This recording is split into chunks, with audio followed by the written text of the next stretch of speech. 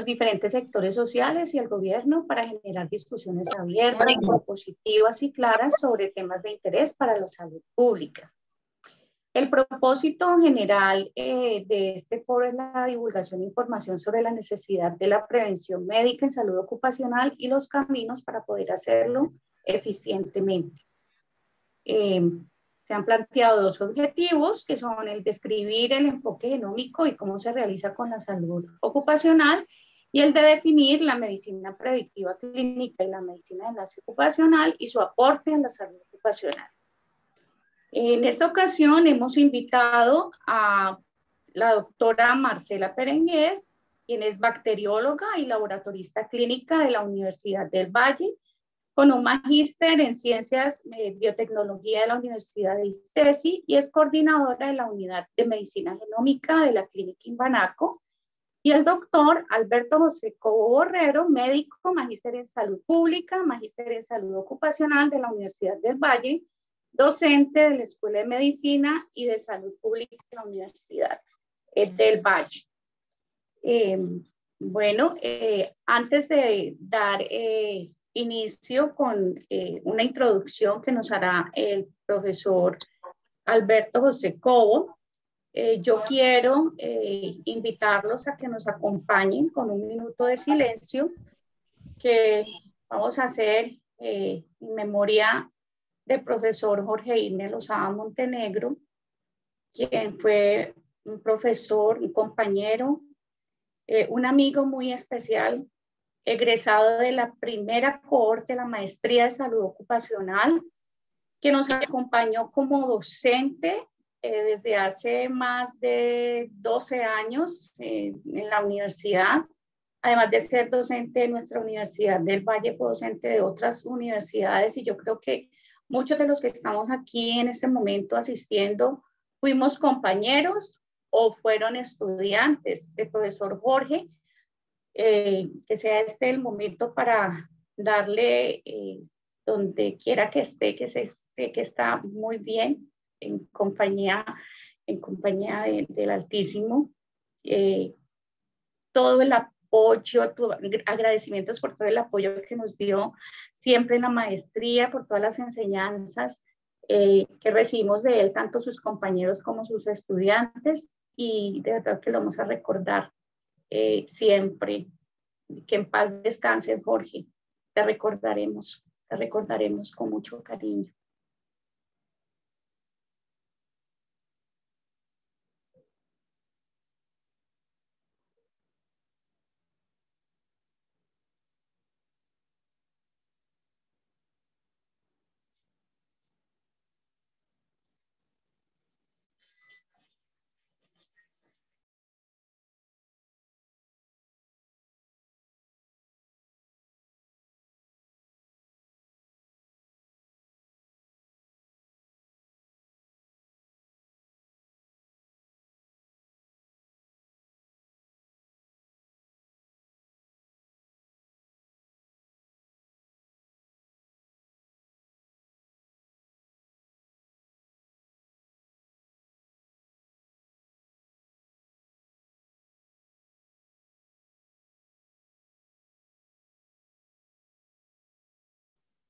Bueno, muchísimas gracias a todos por acompañarnos en este minuto de silencio.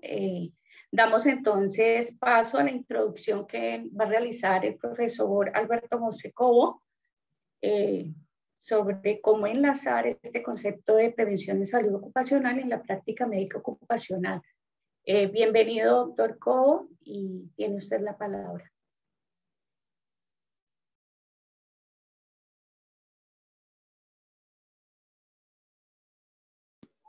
Doctor Cobo, tiene cerrado el micrófono.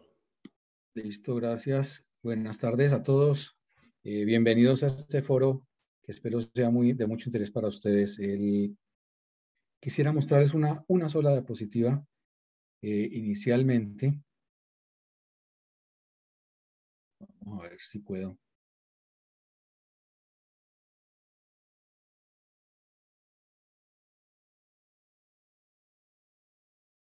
Ok, sí pude. A veces la tecnología nos atropella. Ok, bueno, Para hablar de medicina ocupacional de enlace y hablar de medicina genómica y medicina predictiva y preventiva, hay que retornar un poquito a los inicios de lo que fue la medicina ocupacional.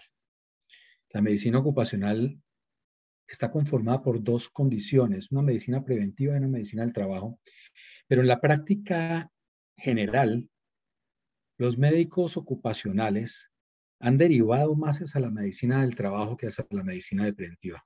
Y los saludistas públicos han derivado más hacia la medicina curativa que hacia la medicina preventiva. Entonces, hoy en día lo que tenemos básicamente en la cabeza de las EPS y las medicinas prepagadas son seguros de enfermedad y no seguros de salud, porque nos hemos olvidado de una parte integral importante, que es que nosotros estamos desde el punto de vista médico no solo para curar, sino para evitar que las personas se enfermen. Y desde ese punto de vista es que hemos enfocado este foro de la salud pública de hoy. Cuando uno busca medicina ocupacional de enlace en la biblioteca de medicina de los Estados Unidos, PubMed, se encuentra este hallazgo, 4 resultados. O sea que es un área tremendamente nueva, es un área que apenas se inicia alrededor de los 1960 y es el tópico donde se integran la medicina preventiva, la medicina del trabajo y las especialidades clínicas. Tiene múltiples enfoques y hoy vamos a tocar 2 o 3 de ellos. Muchísimas gracias por estar aquí. Espero que disfruten el foro. Muy amable. Sigue Marta, por favor. Bueno, muchas gracias, doctor Cobo. Entonces, con esta corta introducción que nos realizó sobre lo que es esto de la medicina de enlace ocupacional, voy a darle la palabra a la doctora Marcela Berengués, directora de la Unidad Genómica de la Clínica Impanaco, quien nos va a hablar sobre medicina genómica y salud ocupacional. Bienvenida, doctora. Muchísimas gracias por la invitación. Muy buenas tardes a todos. Buenas tardes, doctor Cobo. Muchas gracias por esta oportunidad. Como decías al principio, Marta, precisamente este tema es un tema muy novedoso, muy llamativo. Y parte de lo llamativo es lo poco que se conocen incluso por nuestros propios especialistas, ¿no? Como bien y muy válido el ejemplo que da el doctor Cobo, nada más en la información científica disponible que podemos encontrar, o sea, por ahora sigue siendo información limitada, pero bueno, espero que al menos puedan estar contextualizados con los que les voy a mostrar y estoy presta a cualquier inquietud que tenga. Les voy a compartir la pantalla. Marta, tú me ayudas confirmándome, por favor, si se ve la pantalla. Sí, se está viendo. Perfecto.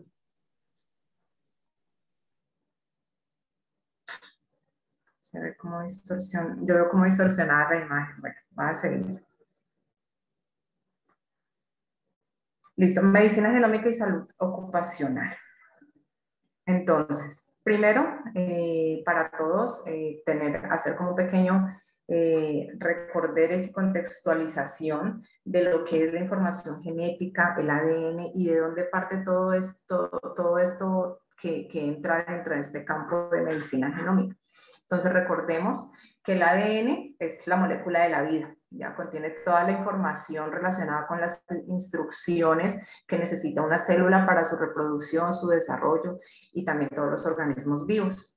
El ADN también es un sistema de almacenamiento de información muy amplio que sin embargo está compuesto solamente por 4 sustancias prácticamente, que son adenina, guanina, timina y citosina, organizadas de tal forma que hace que en todo el ADN que podamos tener en una célula llegue a haber más de 6.000 millones de estas sustancias formando una hebra de ADN. De ahí también empezamos a relacionar ahora el concepto de genes y cromosomas. Si el ADN es esta molécula que contiene, formada por estas sustancias que además contiene la información para el desarrollo de la vida, entonces también están después unas estructuras o algo que conocemos como genes y cromosomas. Dentro del ADN, o la forma en que está organizado el ADN, es precisamente en unas regiones que conocemos como genes, que podemos decir que se trata de unos pedazos o secciones de toda esa molécula de ADN, y que a la vez esos pedazos o esos genes están compactados u organizados de tal forma que toda la molécula forma lo que se llaman unas estructuras conocidas como cromosomas, que son básicamente el ADN enrollado alrededor de unas proteínas conocidas como histonas. Dentro de esos cromosomas, entonces acá una vista un poco más cercana. Dentro de los cromosomas entonces están formados por la cadena de ADN fuertemente empaquetada alrededor de unas proteínas llamadas histonas. Y hay segmentos de esos cromosomas o de esa cadena de ADN que corresponden a genes. Los genes entonces son las unidades de la herencia que consisten en esa secuencia de ADN que está en un cromosoma y que proporciona instrucciones para el funcionamiento de la célula. Los cromosomas están presentes normalmente en pares. Se hereda una mitad por parte de mamá y otra mitad por parte de papá. A excepción de los cromosomas o de la información genética que hay en células germinales. Esto que vemos aquí en esta imagen, en el recuadro, es un cromosoma, el cromosoma X, y vemos que hay unas secciones marcaditas. Esas secciones seguramente han tenido la oportunidad de pronto de verlas cuando exploran este tema de genética en artículos científicos donde hablan respecto a la ubicación de genes dentro de los cromosomas. Resulta que en un cromosoma pues hay muchos genes relacionados con el funcionamiento de la célula. Y esos genes son los que permiten llegar a obtener las proteínas que se necesitan para el adecuado funcionamiento celular. Pero al tener alguna alteración en alguno de esos genes dentro del cromosoma, lo que puede llegar a suceder es que la proteína finalmente no se produzca. O que si se produce en una cantidad inadecuada o se produce a funcionar, con modificaciones que no le permiten cumplir las funciones que requiere la célula para el mantenimiento de la vida. La información genética, entonces, ¿cómo está dentro de la célula? Si esta es una célula, hablamos que este círculo aquí naranja, como color naranja, es la célula, y la célula va a tener dentro de su núcleo el material genético organizado en cromosomas. Entonces vamos a tener el ADN nuclear, pero también hay un ADN mitocondrial, porque la mitocondria de la célula tiene su propio ADN. Cuando hablamos de genoma, tenemos que contemplar tanto el ADN que tenemos a nivel del núcleo como el ADN que tenemos a nivel de mitocondria. Y los cromosomas solamente son las estructuras que van a estar organizadas a nivel del núcleo. Ya aquí vemos una fotografía electrónica de los cromosomas y acá vemos o relacionamos cómo los cromosomas están formados por las cadenas de ADN compactadas y que a la vez dentro de la cadena de ADN hay segmentos que conocemos como genes.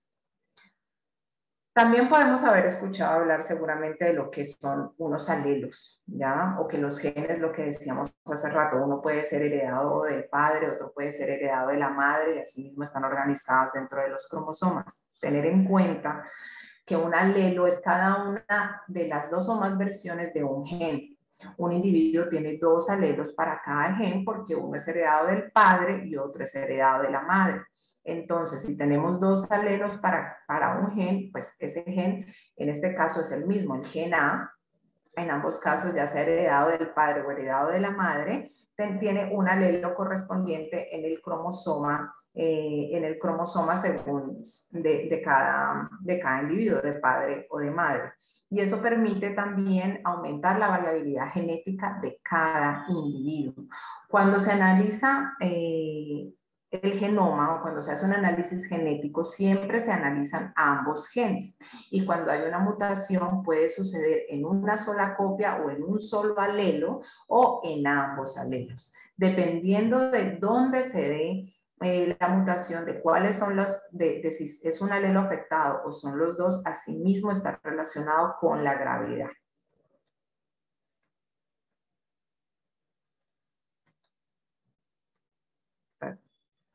Listo. Entonces vamos a tener una información genética de tipo germinal y otra información genética de tipo somático.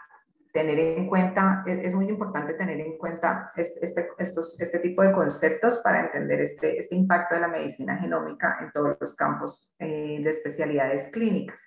En cuanto al ADN germinal, pues el ADN germinal es el que está en los óvulos o en los espermatozoides. ¿Ya? Y precisamente es el que va a permitir que se transmitir información genética o que se herede información genética a los hijos. El ADN somático, en cambio, es un ADN que va a estar en tejidos. Es de tipo germinal porque finalmente viene gracias a la herencia que nos dan nuestros padres, padre y madre, en la información genética. Pero cuando hay una mutación en el ADN somático, no necesariamente significa que esa mutación se puede heredar a los hijos. En cambio, mutaciones en el ADN germinal definitivamente van a ser mutaciones que se van a heredar. Cuando hablamos de genética o medicina genómica, principalmente se va a hacer un énfasis en el estudio de la información genética que se hereda, que causa riesgo para enfermedades o situaciones que hacen que un paciente o un individuo tenga predisposición a desarrollar ciertas condiciones debido a que sucedió un evento de una herencia de una variante genética. Sin embargo, también pudiera suceder que hay mutaciones que no se heredan, pero que se dan ya que son de tipo somático.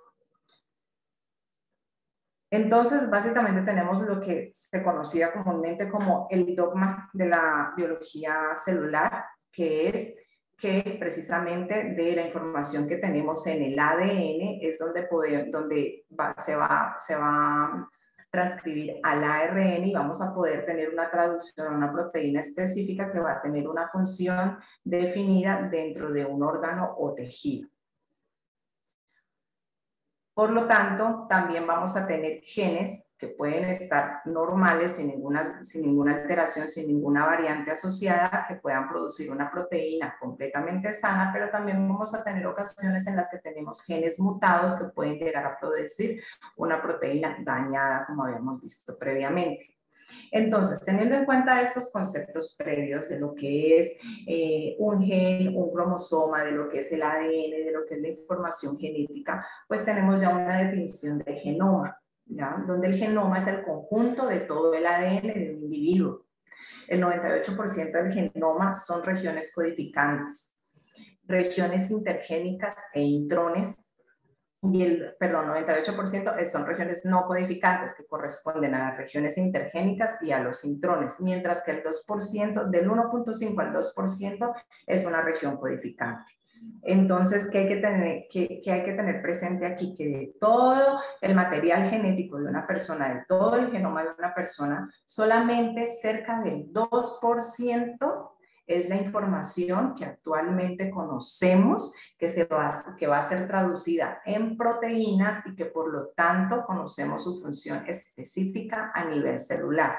Y al conocer esa función también podemos conocer cuáles son los efectos de una alteración o alguna mutación en alguno de esos genes. El genoma contiene alrededor de 20.000 genes que están localizados normalmente en los 23 pares de cromosomas que les mostraba al principio. Cada cromosoma puede llegar a tener entre 500 y 1000 genes. ¿En qué casos analizamos todo este material genético o todo el genoma? Cuando tratamos de encontrar la causa de una enfermedad que se sospecha que pueda ser genética o hereditaria, de tal forma que podamos prevenir enfermedades en el futuro. Esto según un artículo de Craig Venter, del que les voy a hablar también un poco más adelante. Entonces, tenemos que dentro del núcleo de cada célula vamos a tener 23 pares de cromosomas. Todo esto va a conformar el genoma, y ya que todos estos cromosomas están formados precisamente por la cadena del ADN, las cadenas de ADN que se compactan formando estas estructuras. Y tener en cuenta también, esta imagen me gusta porque aquí podemos ver, por ejemplo, en verde, lo que sería una región que represente un gen, mientras en negro las regiones que hablamos intergénicas. Entonces, en este caso, las regiones en verde, por ejemplo, son las que van a dar origen o van a poder producir una proteína que son funcionales, mientras que las regiones intergénicas, su función específicamente no está relacionada con la producción de una proteína, sino que actualmente ya se conoce que son regiones relacionadas más con la regulación. Pero en realidad lo que se conoce actualmente, la información del genoma que se conoce actualmente todavía es muy limitada. Vamos mucho más rápido en desarrollar tecnologías para el análisis del genoma y tener grandes bases de datos con información genética de individuos que en la capacidad que tenemos de interpretar toda esta información, y esa es una limitante a tener en cuenta desde cualquier foco de la medicina. La genómica en la salud humana. Pues la genómica en la salud humana podemos verla desde la ciencia, donde estudia el mapeo, la secuenciación y el análisis de genomas, facilitando la identificación y comprensión de genes a nivel estructural y funcional. Eso es lo que nos permite la genómica desde la ciencia. También se convierte en un nuevo fundamento científico de medicina, porque con el cuerpo de conocimientos que hay, que se tiene o que se puede llegar a lograr que crezca mucho más, con las tecnologías de diagnóstico que tenemos actualmente y las herramientas terapéuticas que se están desarrollando, ofrece también un enfoque muy diferente y una manera mucho más acertada o de precisión de llegar a los pacientes y de tratar determinadas condiciones en los individuos. Desde la prevención, la medicina genómica o la genómica brinda múltiples oportunidades para entender, diagnosticar, prevenir y tratar de manera más adecuada muchas enfermedades. Y la medicina genómica, entonces, estaríamos hablando de que se trata de que tiene una utilidad clínica que está en continuo crecimiento actualmente y es aplicable a las diferentes especialidades y subespecialidades médicas. La información del genoma pues brinda información entonces sobre muchas enfermedades, ¿ya? Principalmente pues se trata de enfermedades hereditarias porque es la información que pasa de una célula a otra o de padres a hijos. Dentro de las categorías de enfermedades que se puede tener información, pues está principalmente de lo que más seguramente escuchamos hablar, es susceptibilidad al cáncer, enfermedades cardiovasculares, alteraciones del sistema inmune, alteraciones endocrinas y metabólicas, trastornos neurológicos, salud de los órganos, enfermedades recesivas, enfermedades de las cuales podemos ser portadores y no manifestar la enfermedad, pero sí podríamos heredarla a nuestra descendencia. Craig Venter, dentro de su instituto, que se especializa precisamente en el estudio del genoma humano, tiene muchas publicaciones y dentro de ellas tiene unos datos que resaltan unas conclusiones que han permitido resaltar que el porcentaje de portadores asintomáticos de una enfermedad genética actualmente puede estar cerca del 86%, ¿ya? Y son enfermedades que se pueden transmitir a los hijos si es también portador de esa misma enfermedad, que son las enfermedades recesivas. Está también una información de un 7% de individuos que presentan alelos de riesgo relacionados con enfermedades multifactoriales. Enfermedades genéticas multifactoriales hace referencia a que puedo tener una variante genética de riesgo para una enfermedad, pero que esa variante no va a representar ningún riesgo real, al menos que yo tenga una exposición previa a algún químico, alguna sustancia, algún estilo de vida, entonces solamente bajo ciertas condiciones se desarrolla la enfermedad. Adicionalmente, también nos brinda información respecto al 5.1% de casos de portadores de enfermedades recesivas con signos de patología, o sea, de esas enfermedades que en realidad se pueden transmitir a los hijos. Y un 2.4%, se encontró un 2.4% en la presencia de variantes patogénicas en genes relacionados con la ACMG59, que tiene que ver con las variantes genéticas que están asociadas a la aparición de una enfermedad en la edad adulta con suficiente evidencia científica y clínica. Como conclusiones, sacaron que 1 de cada 6 personas podían presentar variantes genéticas que aumentan el riesgo de enfermedades, principalmente cardiovasculares, dislipidemias, diabetes y otras patologías endocrinas. Importante tener en cuenta que estos estudios se realizaron en Estados Unidos. 8.6 de cada 10 personas son portadoras de una enfermedad monogénica que pueden transmitir a sus hijos, y 1 de cada 10 personas presentan signos de enfermedad sin saber. Esta información plantean ellos que permite precisamente modificar hábitos de vida y tratar precozmente el posible riesgo o la complicación que puedan llegar a tener los individuos. Eso era en cuanto al estudio de genoma. Pero entonces tenemos otro tipo de estudios que se pueden dar dentro de la parte de medicina genómica, que es el estudio del exoma. Yo les mostraba hace rato que dentro del ADN tenemos regiones que codifican que son genes que codifican para diferentes proteínas, que corresponde a cerca del 2% del material genético, y otras regiones intergénicas que no son codificantes.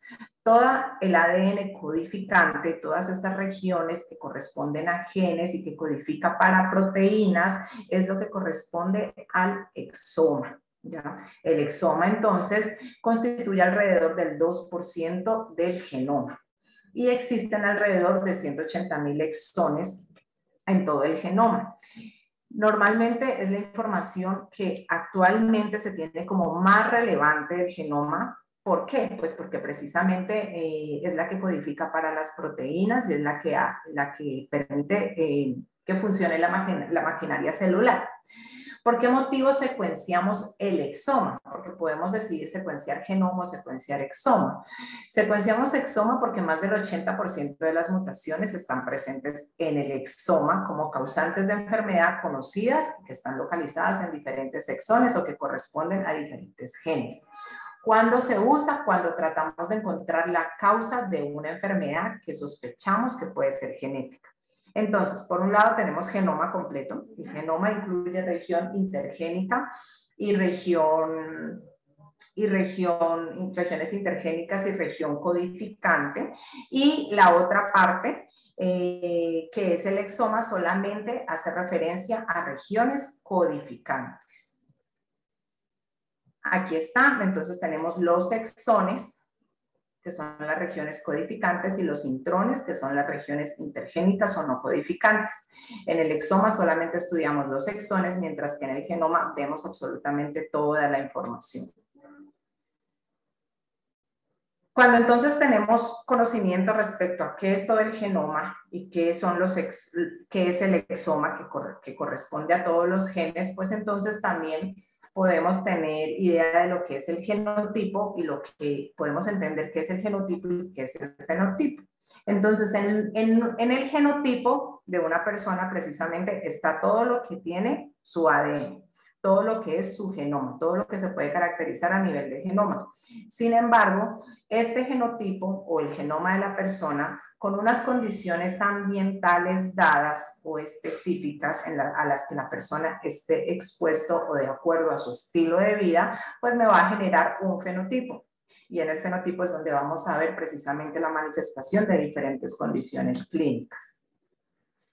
Entonces vamos a tener enfermedades monogénicas o enfermedades mendelianas, dependiendo de los genes que estén afectados, si va a ser solamente un paciente enfermo o si va a ser solamente un paciente portador o va a pasar ya a un paciente enfermo, enfermedades de las que tenemos condiciones de las que tenemos alto riesgo de padecer enfermedad, eso que va a depender de los genes que estén asociados, enfermedades multifactoriales, los que dependen de genes y del medio ambiente. Vamos a tener en el genotipo rasgos genéticos, información farmacogenómica, y dentro de todas estas categorías es lo que se conoce actualmente o lo que se está estudiando actualmente y la información que tenemos para definir qué genes son relevantes a estudiar dependiendo de las condiciones que tenga el paciente o que tenga el individuo. Entonces, si sabemos que existen cerca de 20.000 genes para estudiar que están relacionados con la producción de diferentes proteínas, pues también es importante que saber que la información que tenemos todavía de esos 20.000 genes y de ese efecto en las proteínas sigue siendo limitada. No es que conozcamos todo el gen y sepamos en verdad cuál es el efecto real de cualquier variante asociada a ese gen. No.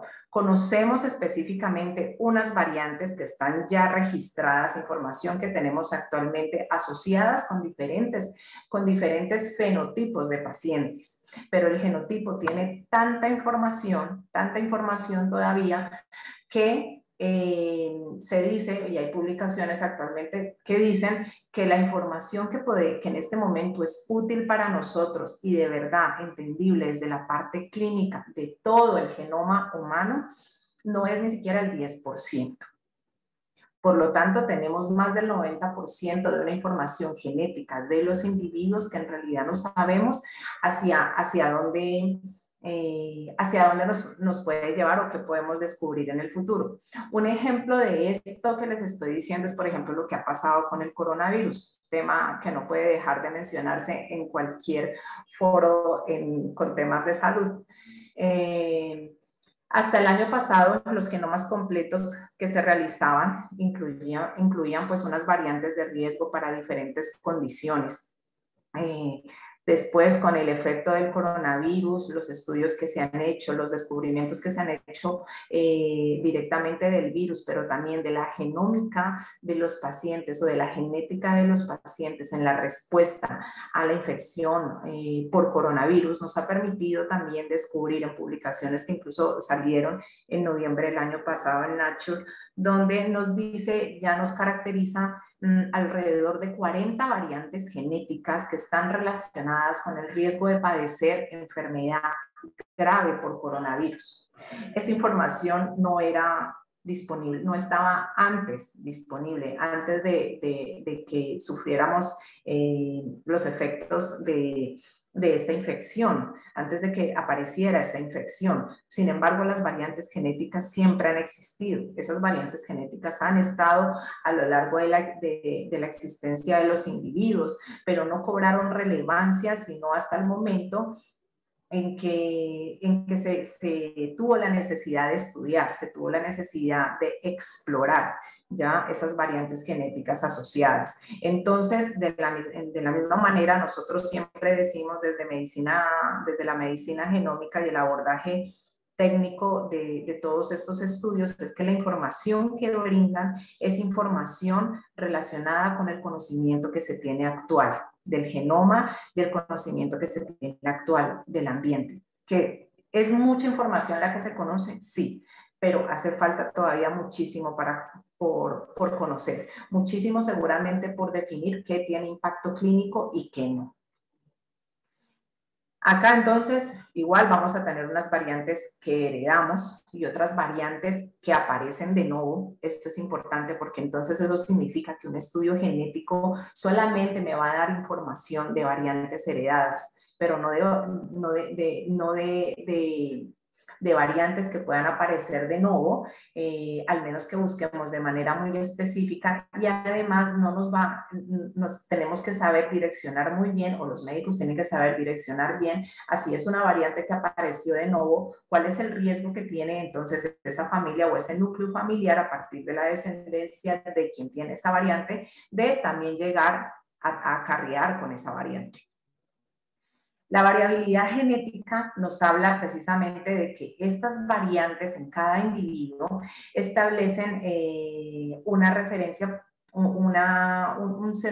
un marco de referencia en cuanto a que el genoma, no podemos hablar de un genoma, de que el genoma es genérico, ¿ya? El genoma de referencia es por ejemplo, el primer genoma humano que se secuenció. En el 2003 que se finalizó el proyecto, tenemos ese primer genoma humano y tenemos ese primer genoma humano de referencia, pero cada persona entonces va a tener un genoma genérico, desde el punto de vista que cada persona va a tener unas variantes asociadas precisamente con que mi color de ojos es diferente al color de ojos de mis compañeros, de que mi color de cabello es diferente, de que soy más alta, soy más baja, de que posiblemente tenga variantes genéticas relacionadas con tener una vida más longeva que otros. Esa variabilidad genética es lo que llaman, entre comillas, genoma genérico. ¿Eso qué quiere decir? Que no todas las variantes en el genoma son patológicas. Esto es importante. Cuando hablamos de una variante, normalmente podemos hacer una referencia no muy acertada a decir que son unas mutaciones, pero en realidad son unos cambios. Son unos cambios que pueden ser patogénicos, pueden ser no patogénicos, y eso va a depender del tipo de variante hacia que se asocie. Y también para poder conocer si es patogénico, si no es patogénico o qué esperar de dichas variantes, estamos a expensas de lo que se haya estudiado actualmente, de la información con la que se cuenta en la actualidad. Si esa información es limitada, pues también no vamos a tener suficiente evidencia para hablar de la categorización de las diferentes variantes que se tengan. Hay regiones entonces también no codificantes del ADN que se ha visto que en esas regiones no codificantes, o sea, por fuera del exoma, pueden presentar una tasa de variantes o de mutaciones mucho más altas que en regiones codificantes. Y eso todavía está en estudio de mirar cuál es el impacto final. Una persona entonces puede llegar a presentar cientos de variantes frente al genoma de referencia y aún así estar sana. Las variantes pueden ser negativas, pueden ser de significado incierto y pueden ser positivas. Negativas para genes analizados es si está relacionado o no con la presencia o con el desarrollo de alguna enfermedad. Positivas es que positiva tiene que ver con que está la variante genética, pero no se sabe si ese cambio puede ser dañino o no para la persona. Eso depende de la clasificación que haya ya en las diferentes guías. Y de significado incierto, normalmente no tienen suficiente evidencia para determinar si es dañina o no. Teniendo en cuenta todo esto del estudio del exoma, el estudio de genoma, el estudio de genes, hay una nueva rama que se desprende aún más y que nos ha complicado incluso más la vida, que es la epigenética, ¿ya? Donde la epigenética se ha estudiado que ya está relacionada con mecanismos de regulación heredables que controlan la expresión de los genes sin afectar la secuencia del ADN. O sea que la epigenética de alguna forma nos da información sobre la adaptación del individuo al entorno. Y que está mediada por modificaciones selectivas en regiones del ADN que no son necesariamente dentro de los genes, sino en regiones intergénicas.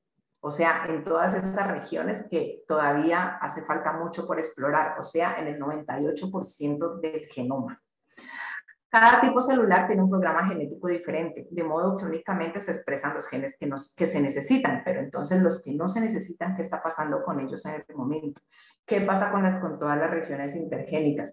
Dentro de todo eso, para descubrir esta información, para tener más clara esta información, está esta rama de la genómica, la epigenética, que está estudiando todo esto y que podría estar muy relacionado con esa respuesta o ese efecto que puede tener de un individuo expuesto a diferentes condiciones ambientales. Regiones en el ADN que permiten el estudio de la epigenética. Son variantes que suceden en todo el ADN, ya sea desde el mismo proceso de empaquetamiento para formar cromosomas con las proteínas, con las histonas, o porque hay regiones del ADN que se metilan, o porque hay unos ARN de interferencia que se unen al ADN e impiden la transcripción de las proteínas que se necesitan o lo cambian por otras proteínas. En fin, o sea, la información todavía está en continua exploración a pesar de que todos los datos ya están disponibles.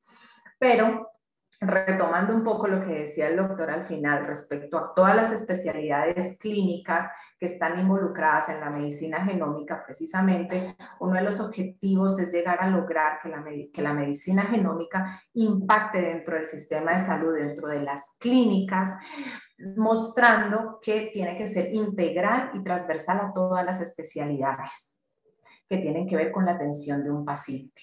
No podemos, la medicina genómica no puede estar por fuera o aparte de oncología, aparte de ortopedia, aparte de medicina interna, aparte de hematología.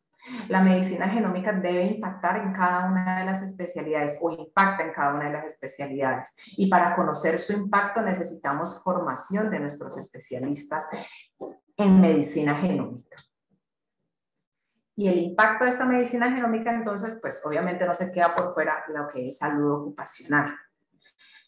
Dentro de salud ocupacional, la información que existe de medicina genómica es limitada, a pesar de que desde hace ya muchos años o varios años se empezó a hablar de qué consecuencias iba a traer o cómo iba a manejarse la medicina genómica dentro de las actividades laborales de los individuos, dentro de la salud ocupacional. Hubo unas publicaciones aquí en Colombia precisamente de un bacteriólogo donde precisamente en el 2012 él hace una revisión como cuál es esta relación de genética y salud ocupacional, determinando qué es lo que se conocía hasta el momento de la genética, todas las oportunidades que teníamos desde los datos genómicos para identificar riesgos en la población a padecer diferentes condiciones, pero al final dejando un interrogante como una conclusión que finalmente deja un interrogante respecto a la parte ética y a la parte legal. En este otro artículo evalúan el riesgo de cáncer en personas expuestas ocupacionalmente a solventes orgánicos. Hacen el estudio de polimorfismos en unos genes y ellos acá, pues no fue una muestra significativa, pero es un acercamiento en donde ellos dicen sí. En pacientes que tienen estos polimorfismos en estos genes y que están expuestos a estas determinadas sustancias, vimos que hay un mayor riesgo de enfermedad, de padecer la enfermedad, pero resulta que también hay riesgo en pacientes que no están expuestos a estas sustancias. ¿De qué va a depender? De la variante genética que de pronto se ha heredado, del juego de polimorfismos que estén jugando allí un papel importante en esas mutaciones que se detectan y que están asociadas a la susceptibilidad a cáncer y a otras enfermedades. Entonces, dentro de las revisiones que probablemente ustedes han podido hacer o les han mencionado, en España tienen esta enciclopedia de bioderecho y bioética. La recomiendo desde el punto de vista que tiene, para la parte genética, tiene un análisis que toma mucho la parte legal, la parte científica y el impacto a nivel de la salud de los pacientes en el ámbito o los individuos en el ámbito laboral. ¿Ya? Entonces, dentro de esta cátedra de Derecho y Genoma Humano, precisamente se explora si esta información genética, si tener a disposición la información genética de los individuos en verdad representa una ventaja o una desventaja para el individuo. Sin embargo, al final nos dice es una ventaja porque podemos conocer y podemos ser mucho más acertados en tratar y en identificar y categorizar a los individuos para poderles dar una mejor calidad de vida, para poder definitivamente conocer los riesgos a los que pudieran estar expuestos y minimizarlos, pero todavía sigue en construcción lo que tiene que ver con la ética del manejo de esta información. Dentro de la información que aparece allí, precisamente hacen referencia a la Declaración Universal sobre el Genoma Humano y los Derechos Humanos realizada por la UNESCO.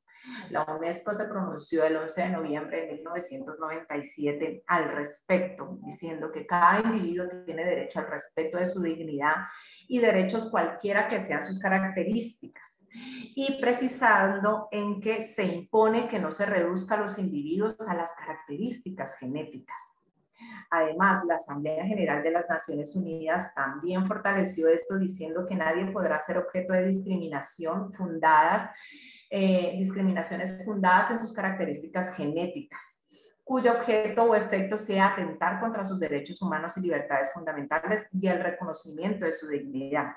Entonces, desde allí se manifiesta abordar las pruebas predictivas precisamente por el carácter que tienen de invadir la intimidad y revelar características hereditarias de una persona y predisposiciones o susceptibilidades a enfermedades y efectos que pueden acarrear, no pueden tener otra virtualidad legitimadora que el interés de la salud del individuo, o en su caso la investigación científica. Entonces ellos dicen, bueno, en lo que hay que enfocarnos es en la salud del individuo, es dirigir todas las herramientas genómicas hacia preservar la salud del individuo, y ese debe ser el interés de todos estos estudios. En el laboratorio de Jackson Laboratory, precisamente especializado en dar soluciones y estudios para enfermedades de origen genómico, el director general nos dice, o en unas publicaciones manifiesta, que las pruebas genómicas en el lugar de trabajo plantean importantes preocupaciones legales y políticas, incluida la privacidad de la información genética, que muchas veces se ha discutido, por toda la información pues, que contienen y posiblemente por los efectos futuros, pero que existe una necesidad urgente de comprender sus riesgos y beneficios.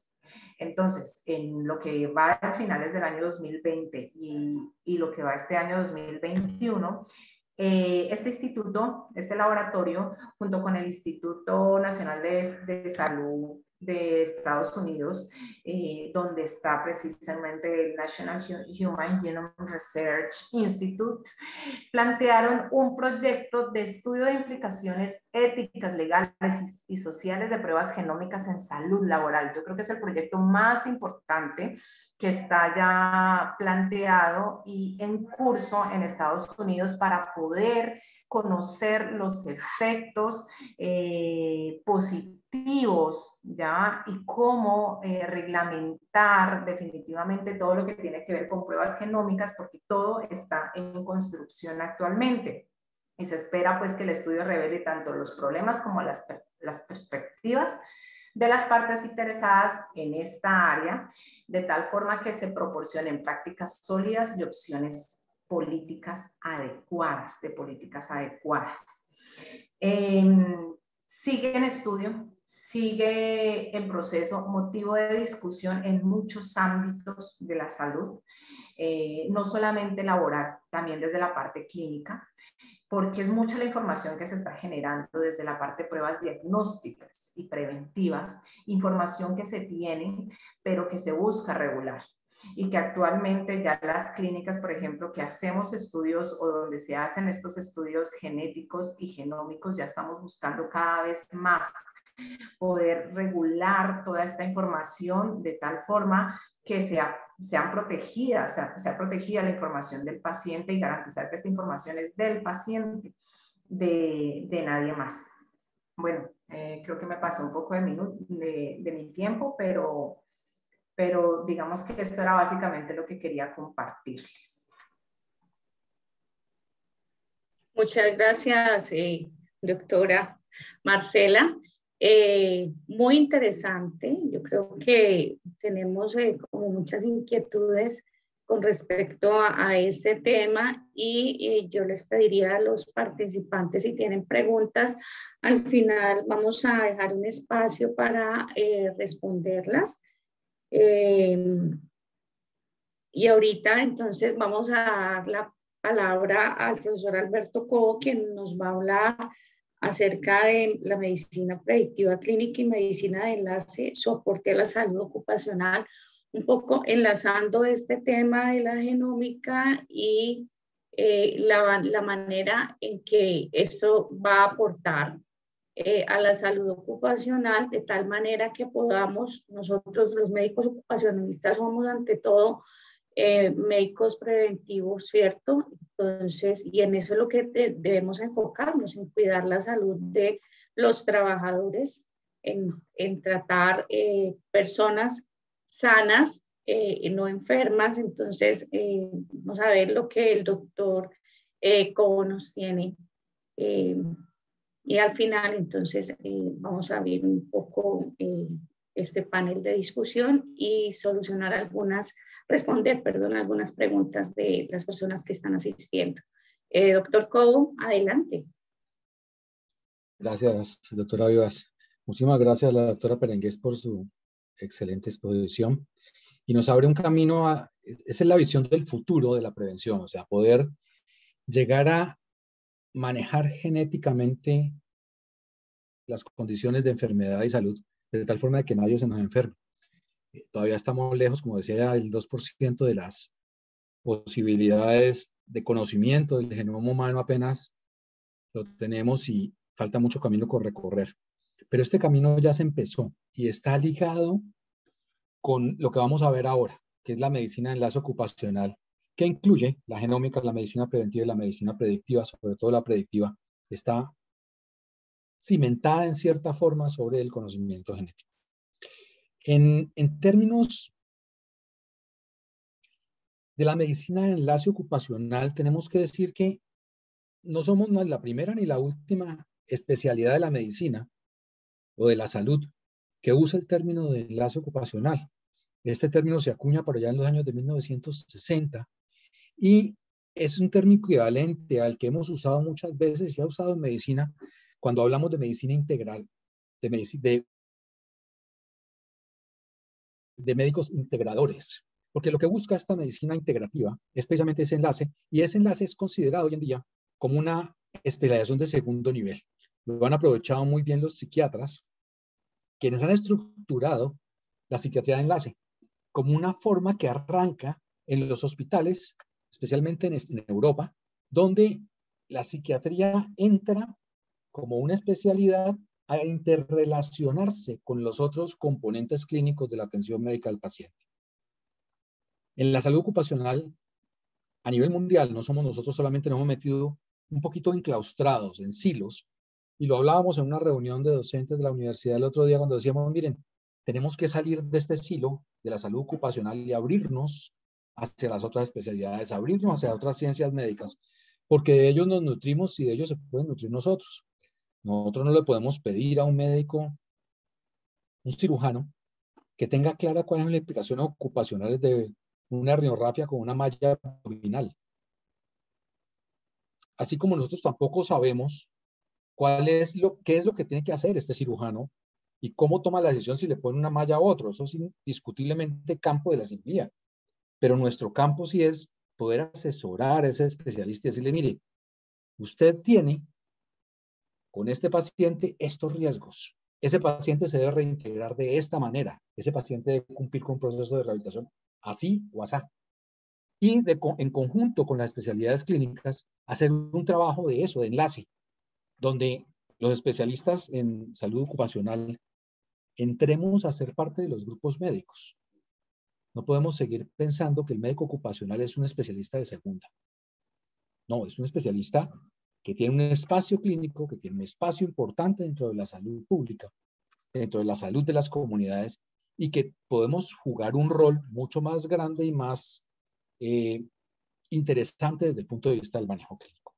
Vamos a ver algunos datos acerca de la medicina de enlace ocupacional y de la medicina predictiva y de medicina preventiva. Veamos lo siguiente. ¿Me quiere pasar? Ya. Ok. Como les decía al principio, cuando uno utiliza el término medicina de enlace ocupacional, lo busca en la página web, no hay muchos datos. Y nosotros que somos tan dados a mirar hacia el norte y no mirar hacia la derecha, hacia Europa, cuando uno mira hacia Europa encuentra un poquito más de datos.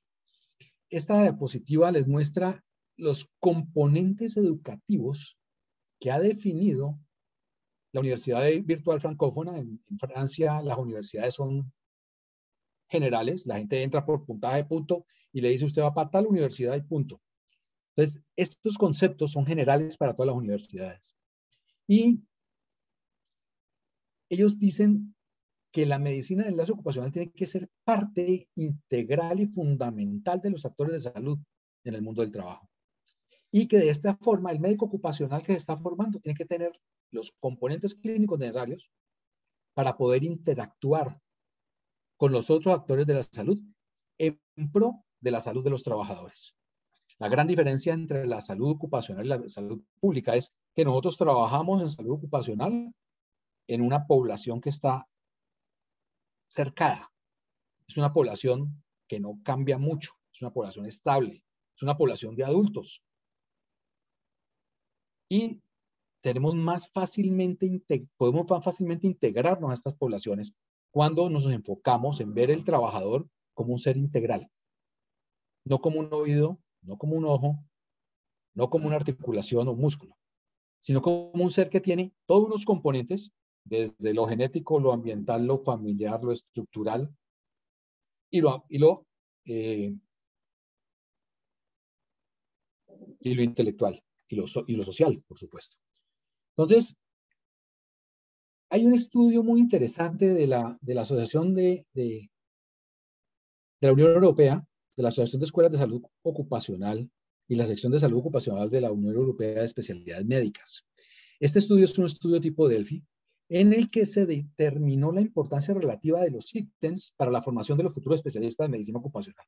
Este estudio es del año 2000, está calientico. Y ellos lo que hicieron es determinar cuáles eran los riesgos ocupacionales y de la salud y qué cosas eran importantes para que estos médicos ocupacionales incluyeran dentro de su ejercicio profesional. Se encontraron dentro de los datos relevantes dos puntos que son claves: los riesgos ocupacionales y la salud, y la promoción de la salud.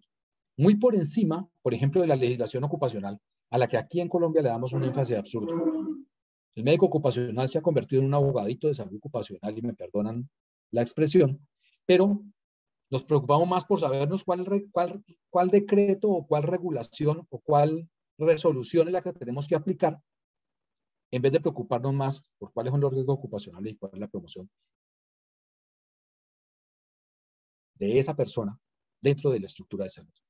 Y en una segunda ronda que hicieron del Delphi, se encontraron que el primer puesto lo encontraron los riesgos para la salud y el control de esos riesgos para el diagnóstico de la enfermedad ocupacional. Cada día nos aproximamos más y vemos más cerca el cómo la enfermedad general incide dentro de la salud ocupacional y es la base para que se desarrollen otras enfermedades que tienen condiciones ocupacionales. Desde este punto de vista, es importantísimo lo que dice la doctora Perengues.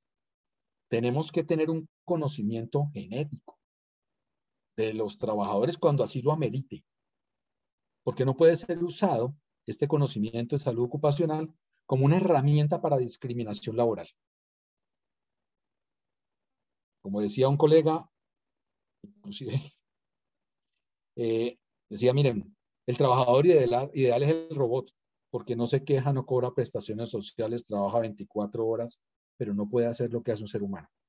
No puede tomar decisiones. No puede comprometerse, no puede mirar los riesgos. Y está en nosotros que los trabajadores sean integrales, que puedan mirar los riesgos y que no nos convirtamos simplemente en robots. Veamos un poquito de cerca este estudio.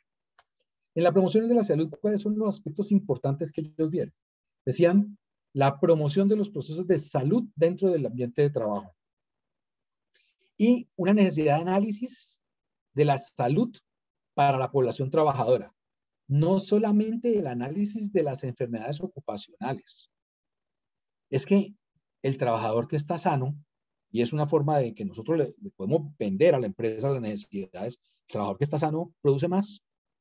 Es que no somos tan buenas personas que nos inventamos la salud ocupacional para que los trabajadores estuvieran mejor. No, las empresas operan con salud ocupacional y operan con seguridad porque eso se revierte en mejores condiciones para el trabajador y en mejores condiciones para la empresa. El tercer punto es el manejo de las agencias de promoción y las fuentes de información de salud.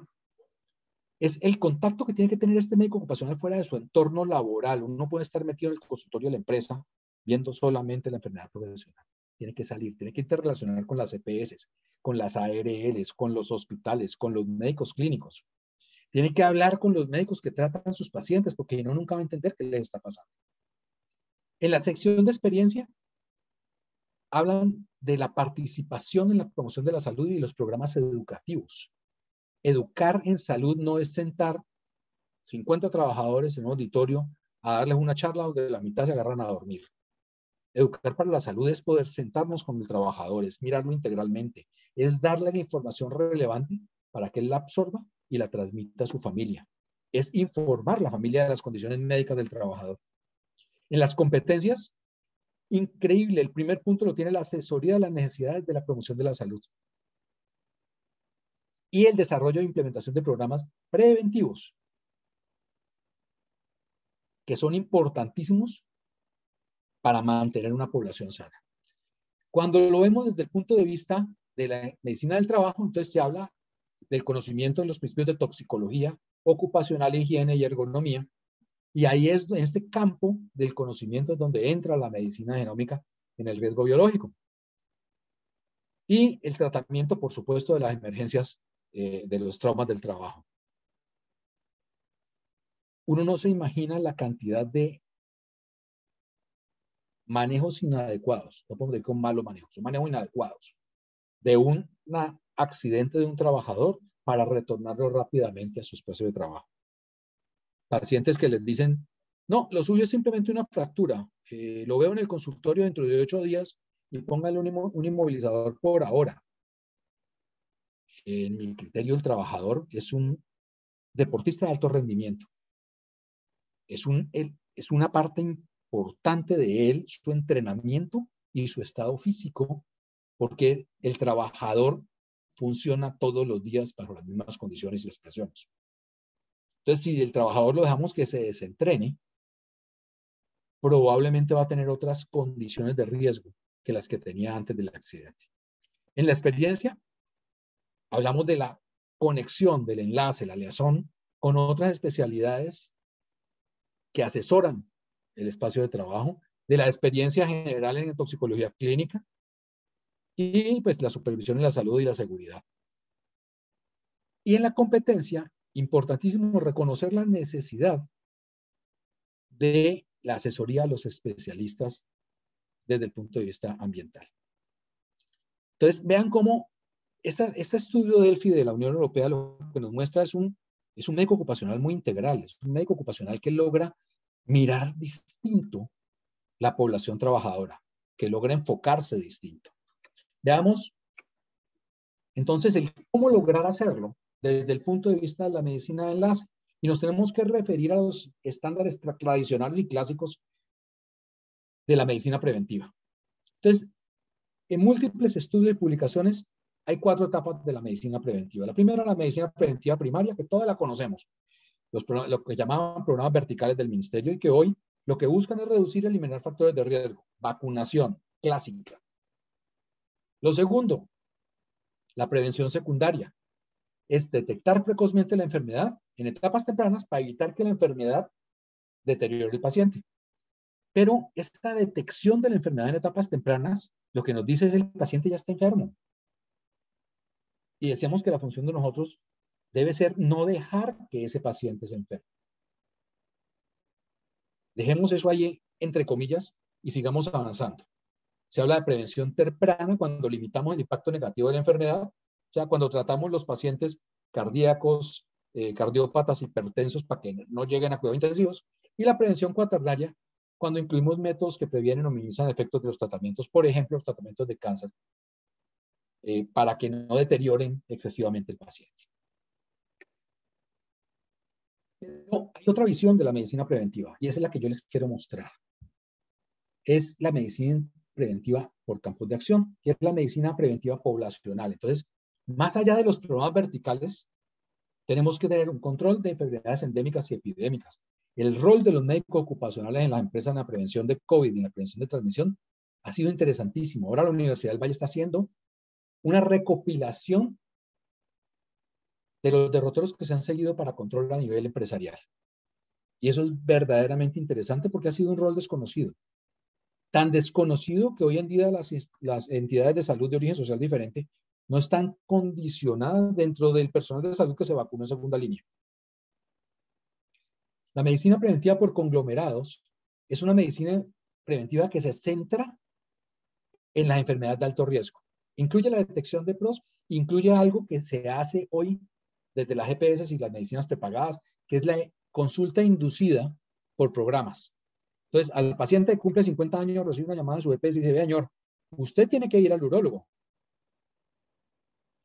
Señora, a los 40 años usted debería hacerse una primera mamografía. Pero nadie le da la orden, nadie lo toma y nadie lo ve integralmente. Entonces, uno recibe llamadas de diferentes especialidades, induciendo consulta, buscando detectar enfermedad incipiente para prevenir que éstas nos conviertan en un problema. Y por último, está la medicina preventiva individual, que se ha denominado medicina predictiva. Y esta última se centra en el paciente como individuo y lo que hace es gerenciar los riesgos médicos. En una presentación que hicimos en el Ministerio de Salud con la universidad, decíamos que nosotros hacíamos vigilancia epidemiológica de los riesgos médicos y casi nos matan allá porque se supone que la vigilancia epidemiológica no se puede hacer sino con diagnósticos. Pues resulta que no, uno puede hacer vigilancia de riesgos. Y en eso nos apoyamos en dos aspectos fundamentales. Uno, algo que está creciendo rápidamente, que es la medicina genómica predictiva. Y son mapeos genéticos para mirar esas susceptibilidades en ciertos pacientes que están exponiendo a riesgos ambientales. Y por otro lado, la medicina predictiva individual, que es lo que se basa en evaluaciones epidemiológicas, diagnosticando los riesgos y evaluando los determinantes de la salud de grupos poblacionales, centrados en un individuo con el fin de trazar perfiles de riesgo y de mejoramiento de la salud. Y esta medicina preventiva individual o medicina predictiva, para mí es el futuro de la medicina ocupacional, porque ahí es donde vamos a conjurar nosotros los diferentes condicionantes de la salud y podemos entrar a gerenciar esos riesgos que generan los condicionantes. Y uno es el riesgo biológico que está medido por la medicina genómica. La medicina genómica hoy en día todavía está arrancando y le falta todavía camino por arrancar y por condicionar muchísimos de los riesgos, pero tenemos otras herramientas, los condicionamientos ambientales, los condicionamientos de hábitos del trabajador y de la exposición ambiental. Dentro de la exposición ambiental está la exposición ocupacional. Entonces miren cómo el trabajador no lo podemos ver solamente ocupacional, tenemos que romper el espacio ocupacional y salirnos para poderlo ver de otros campos. Desde ese punto de vista, entonces, se sale uno de la definición de prevención y se establece la salud como una condición que puede cambiar y puede ser dinámica. Y ese es el concepto que nos vende Piedrola en el libro de Medicina Preventiva, donde dice, miren, es que la salud no es un estado, como dice la OPS, la OMS. La salud es un vector, donde uno hoy está completamente sano y mañana puede estar completamente muerto. No necesita y no caerse por una escalera. Pero ese ir y venir a través de ese vector es el que nosotros podemos buscar a través de determinantes de riesgo y evitar que la persona cuando esté a riesgo de enfermar, se enferme.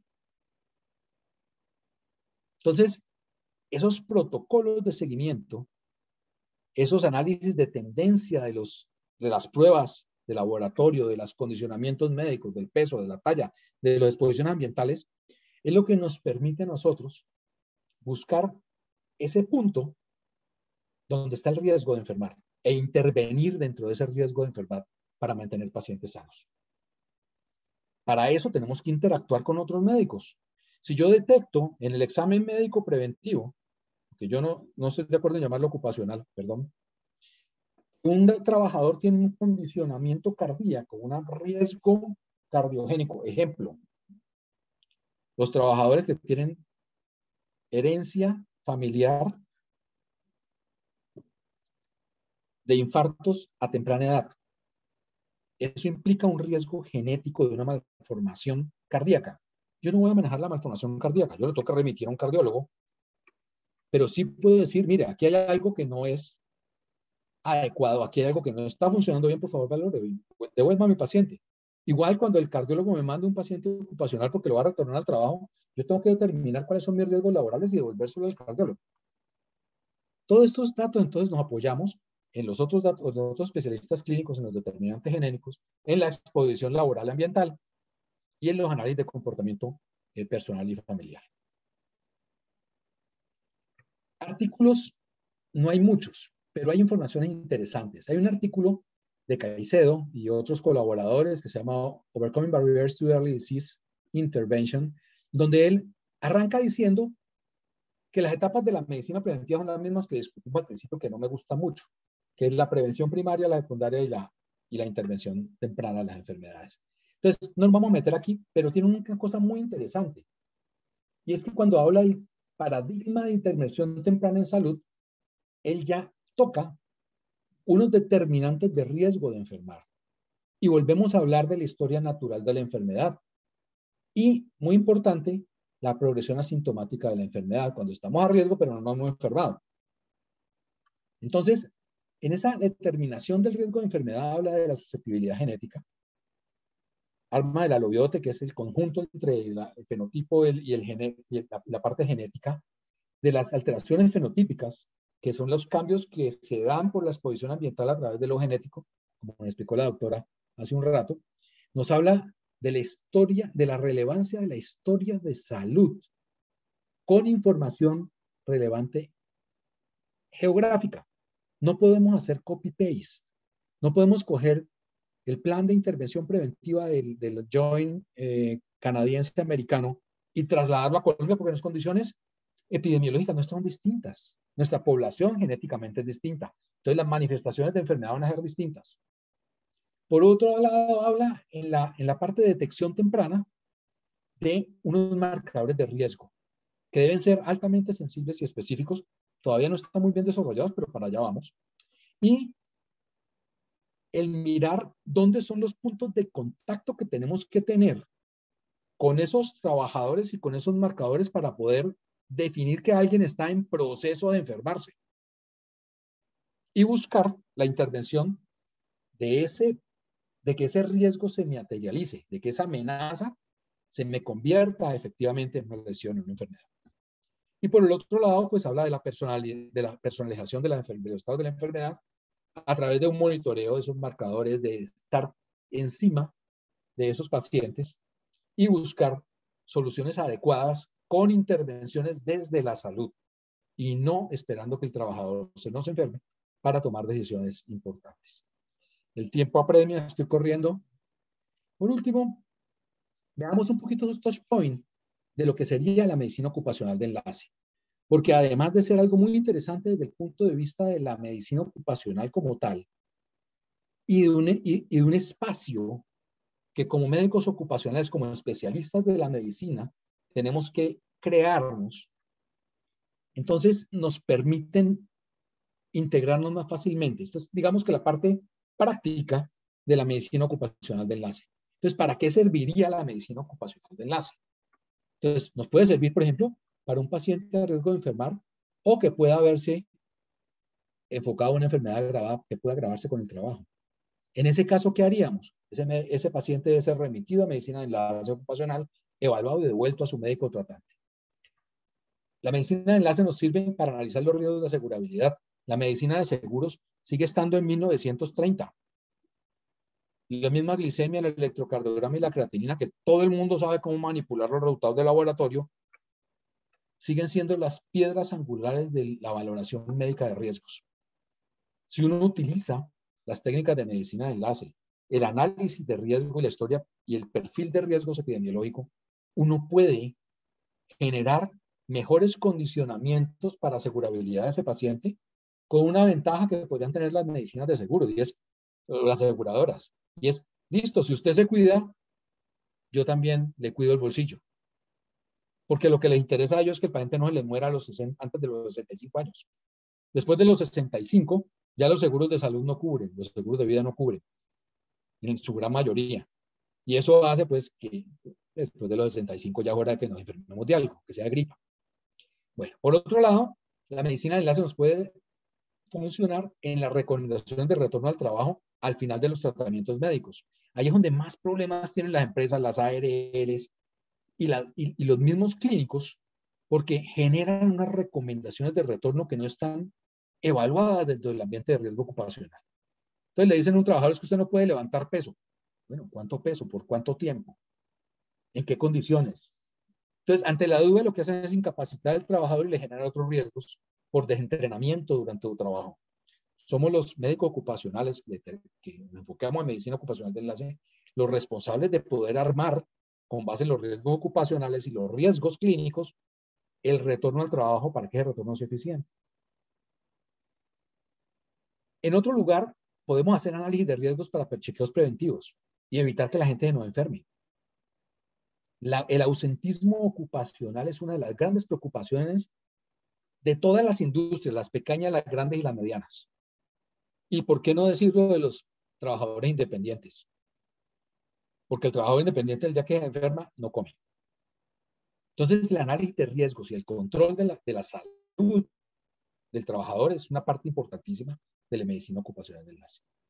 Podemos hacer asesoría ocupacional para el paciente crónicamente enfermo, el paciente con cáncer, el paciente con unas enfermedades autoinmunes, el paciente con enfermedades cardiológicas crónicas. El paciente con cualquier enfermedad crónica requiere unos condicionamientos para su trabajo. No quiere decir que el paciente no pueda funcionar y que no pueda trabajar. La gente necesita, el ser humano necesita hacer algo que se siente importante, que se siente aportando a su vida. Y trabajar es una de las cosas que le sienten a uno que está funcionando en su vida personal y laboral.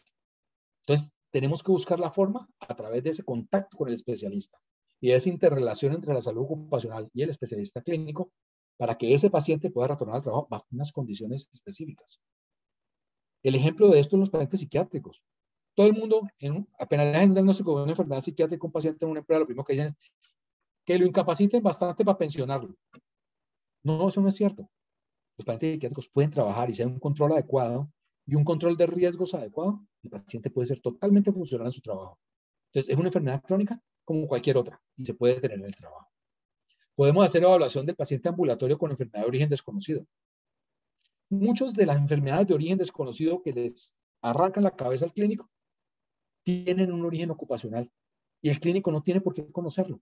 Entonces, podemos hacer parte de ese grupo que evalúa la enfermedad de origen desconocido, con el fin de interactuar con los otros clínicos y hacer otras cosas.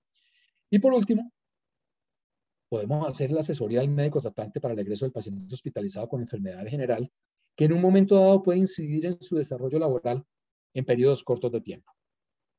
De esta forma, miran que esa mal llamada subespecialidad, se llama especialidades de segundo nivel hoy en día, como la medicina de enlace ocupacional, es una herramienta que puede ser manejada por el médico ocupacional en pro de tener un mejor estado de salud de los trabajadores y una ampliación del horizonte laboral para todos los que practican medicina ocupacional hoy en día.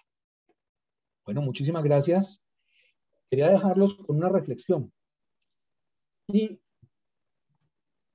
dicen en Overcoming Barriers to Early Disease Intervention que para aprovechar las ventanas efectivas de la intervención predictiva de la enfermedad debemos poner especial atención en la salud en lugar de la enfermedad, mejorar los resultados finales en lugar de soluciones para reducir los síntomas y coordinar el cuidado médico en contraposición a cuidar la multiplicación de la enfermedad. Prevenir, y esto ya no es de Caicedo, sino esto es mío, dice: prevenirnos contra enfermedades es mantener un mundo libre de ellas y evitar que las personas se enfermen.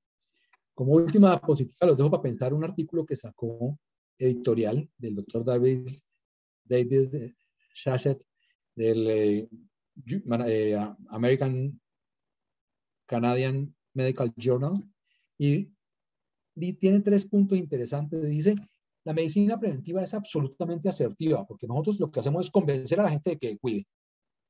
E inclusive lo hacemos por la fuerza, cuando ponemos leyes que hay que utilizar los cinturones de seguridad y el casco en las motos. Son condiciones de medicina preventiva invocadas a la fuerza. Y los individuos a veces nos perciben como si fuéramos legalistas. En segundo lugar, la medicina preventiva es presuntuosa, porque nosotros confiamos que con las intervenciones de medicina preventiva y predictiva somos capaces de cambiar el mundo. Bueno, ¿quién no quiere cambiar el mundo? Y finalmente, la medicina preventiva es dominante, porque cuestiona los valores de las recomendaciones clínicas curativas. Pero aunque uno puede decirle a la medicina curativa lo mismo, que es asertiva, que es presuntuosa y dominante, y si no, miremos la estructura que podría tener un especialista clínico de alto turmequé, como digo yo, realmente son las especialidades clínicas y las especialidades como la medicina preventiva y la medicina ocupacional.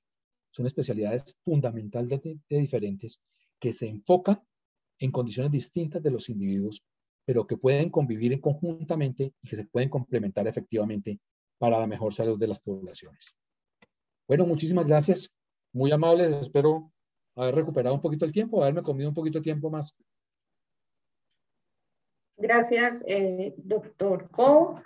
Pues es un tema muy novedoso y muy interesante. Me llamó mucho la atención la parte de genómica, y usted hablaba de que este conocimiento genético debía tenerse cuando así se amerite. ¿Cuándo se amerita hacer la solicitud de un examen médico a un paciente o a un trabajador? Cuando tengamos condiciones médicas que sospechemos que puedan tener un componente genético y que puedan contribuir a la historia clínica y al desarrollo de la enfermedad de ese trabajador. Para eso tenemos que apoyarnos en la gente que sabe de genómica, porque, como decía la doctora Perengués, la genómica está en desarrollo. Es muy, muy nueva, es muy, muy costosa, pero es importante poder mirarla con otros ojos. Yo la veo como un futuro. Cuando nos apoyemos en el clínico para manejar una enfermedad ocupacional que no nos está dando, que no podemos manejar, que no sabemos qué le está pasando al individuo, tenemos que apoyarnos en los clínicos. Y a veces ellos y nosotros podemos tomar decisiones sobre la necesidad de pruebas genéticas y confirmar a través de las pruebas genómicas de si hay una enfermedad genética intermedia, por ejemplo, un lupus. A veces no se puede ver clínicamente cuando son esos lupus soterrados, o una enfermedad como el Sjögren, por ejemplo, que es de difícil diagnóstico en los estadios iniciales y que puede afectar al individuo en todo su desarrollo muscular y articular dentro de la parte ocupacional. Pero bueno, digamos que sospechamos, tenemos el trabajador en la empresa y se sospecha de un Sjögren, podríamos pedir este examen.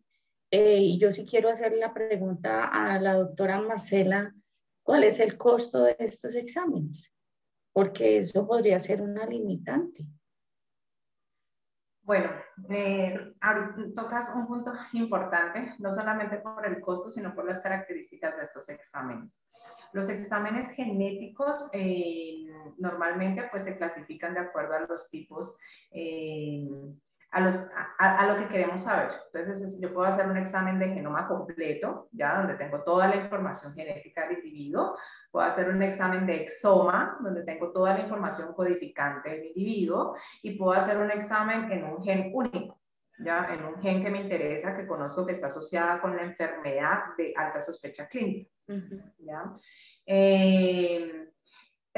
Cuando yo hago una secuenciación de genoma completo u exoma completo, es un estudio que se hace una vez en la vida.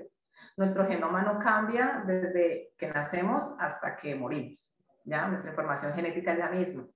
Entonces, son exámenes que se hacen una vez en la vida. Un estudio de genoma completo puede estar en alrededor de los $2.000 actualmente. Es un precio que en realidad ha bajado mucho a una velocidad bastante rápida, gracias al gran desarrollo de tecnologías que ha habido en los últimos 15 años. ¿Ya? Ha permitido desarrollar tecnologías mucho más eficientes que ha permitido bajar estos costos. Actualmente estamos hablando de $2.000 que ya son asequibles para algunas personas dentro de la población. Ya hay personas que secuencian su genoma de manera preventiva. Y una secuenciación de exoma completo puede estar alrededor de los $1.000, $1.500. ¿Ya? Un estudio de un gen único por estas nuevas tecnologías puede estar alrededor de los $800. ¿Ya? Pero se hacen una vez en la vida. Entonces, cuando queremos hacer un estudio genético a unos individuos o a una población en particular para evaluar determinados tipos de riesgo, es un estudio que hacemos una única vez. Entonces, no es una inversión como en chequeos médicos preventivos o etcétera, que se hacen cada año, cada 6 meses, cada 2 años. Acá se hace una sola vez y la idea sí es, yo pienso que el punto clave no es tanto hacer el estudio. Es clave saber qué se va a hacer con la información que se obtenga del estudio. Eso es lo más importante y en lo que se debe centrar precisamente el médico.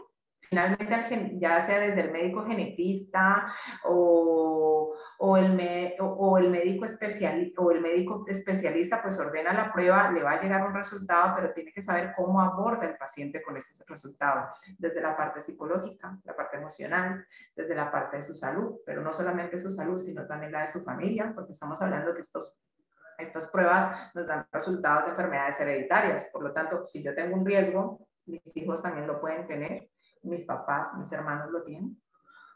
Ya, digamos que es un contexto bastante amplio. Gracias, doctora Marcela.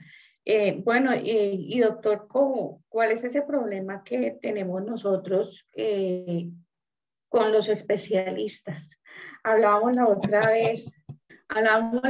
vez del problema tan grande que tenemos los médicos ocupacionales, sobre todo cuando estamos en empresas y nos mandan a un trabajador con unas recomendaciones, un especialista que no conoce la empresa, que no conoce los riesgos a los cuales está expuesto el paciente, que no conoce el puesto de trabajo y nos manda con unas recomendaciones escritas de lo que debemos hacer con ese paciente y vemos las recomendaciones y nosotros decimos, bueno, ¿aquí qué voy a hacer? ¿Cómo abordamos esto? Bueno, mira, ese es uno de los approach que tiene la medicina en las ocupacionales. Ir antes de que el médico clínico nos envíe ese paciente, y yo era de los médicos ocupacionales que recibía las indicaciones del médico clínico, decía, este tipo no sabe un chorizo, qué bruto, ¿cómo manda las recomendaciones? No tiene, ni es bruto, ni cómo manda las recomendaciones. No tiene las herramientas para hacerlo.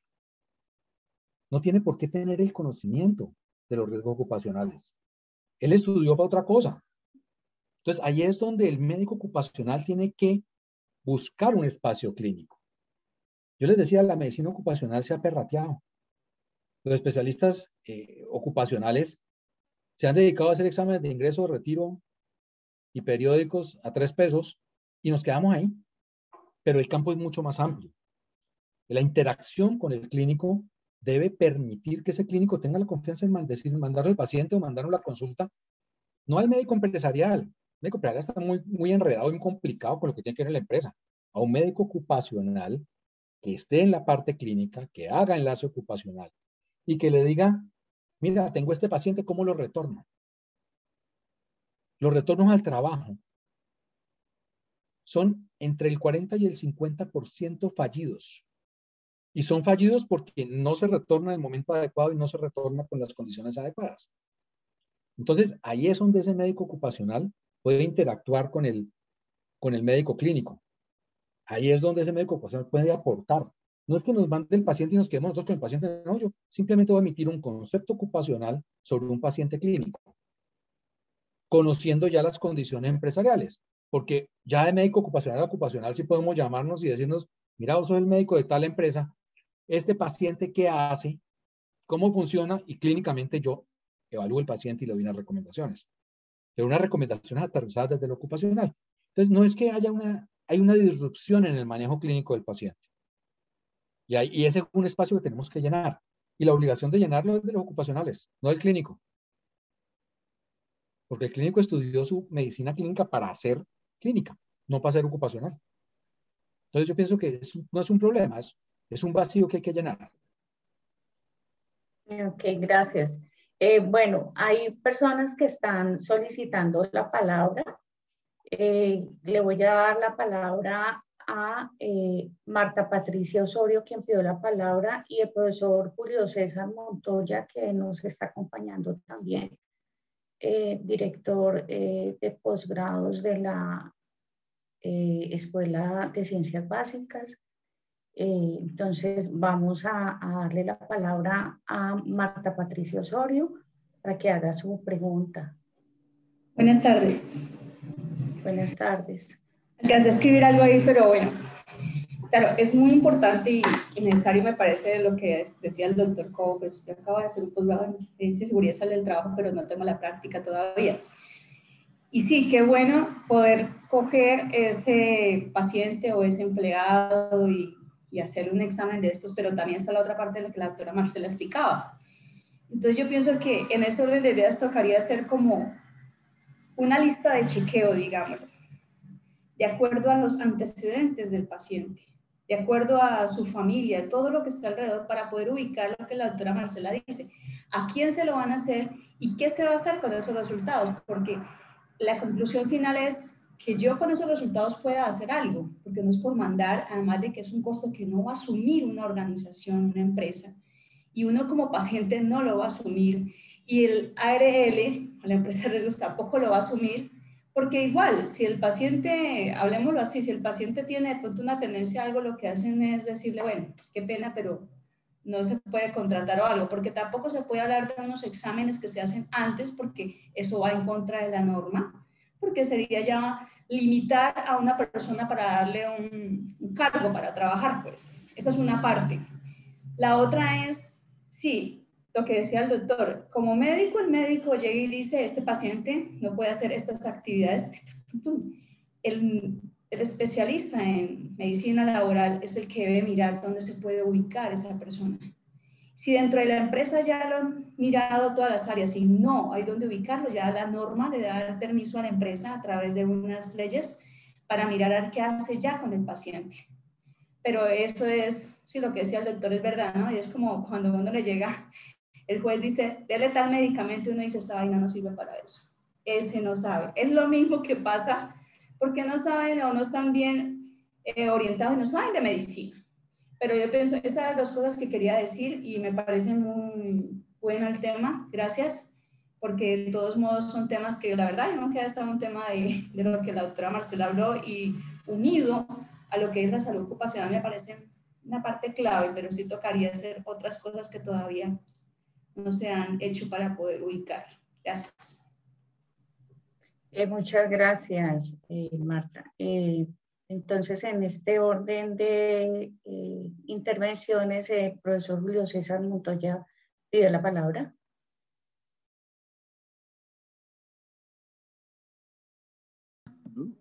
Hola, muy buenas tardes. Muchísimas gracias por la invitación y excelente la conferencia. Como decía la última persona que intervino, pues esa conexión realmente desde el abordaje médico en la genómica hacia lo que va a salud ocupacional, muy interesante. Y ahí hay todo, pues unos retos. Quería felicitar realmente a la Escuela de Salud Pública, a la profe Marta, a toda la escuela por estos foros que realizan permanentemente tan interesantes. Y simplemente anotar un poco con respecto a lo de los costos que mencionaron alguien. Cuando estos cuando estos exomas o estos análisis se van a hacer asociados a algunos proyectos y algunos proyectos pues involucran pacientes e instituciones, los costos han bajado considerablemente. Yo no tengo la cifra exactamente, pero sé que en un momento dado una alianza con una institución o con un proyecto con la Universidad del Valle, los costos pueden bajar bastante. Los profesores han estado los colegas del grupo que han estado enviando esto a Estados Unidos, a Corea, incluso también lo mandan. Y eso pues ha bajado muchísimo. Simplemente en ese comentario y cualquier cosa también, pues con mucho gusto en los grupos de ciencias, de la Escuela de Ciencias Básicas, en biomédicas, pues hay mucha gente trabajando en todos estos aspectos. Gracias. Gracias, profesor Julio César. Ha solicitado hacer una pregunta Harold Taborda.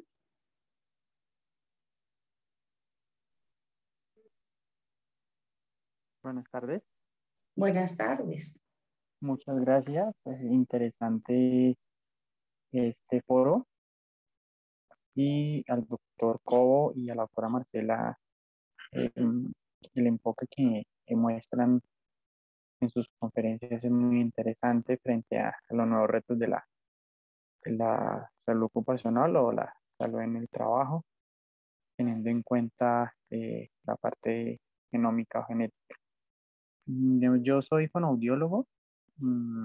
Digamos que me llegó la invitación porque tuve la oportunidad de hace algún tiempo también haber asistido a un foro de la Universidad del Valle. Yo vivo en Bogotá. Yo soy, mm, yo soy especialista en salud ocupacional de la Universidad Nacional.